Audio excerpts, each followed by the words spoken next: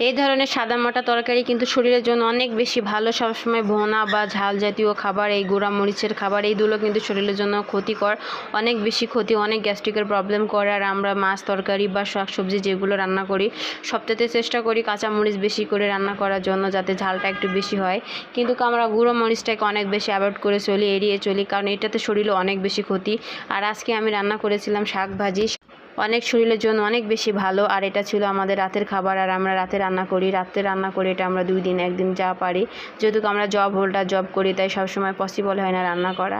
তো মাঝে মধ্যে রান্না করে তারপরে রেখে দিই, এটা ফ্রিজে রেখে দিই। আবার মাঝে মধ্যে ফ্রিজেও রাখি না, নষ্ট হয়ে যাওয়ার ভয়ে।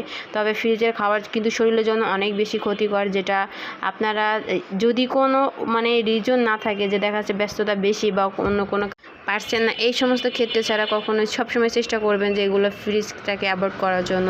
কারণ এই ফ্রিজের খাবার থেকে আমাদের শরীরে অনেক বড় বড় রোগ জীবাণু বাসা বাঁধে।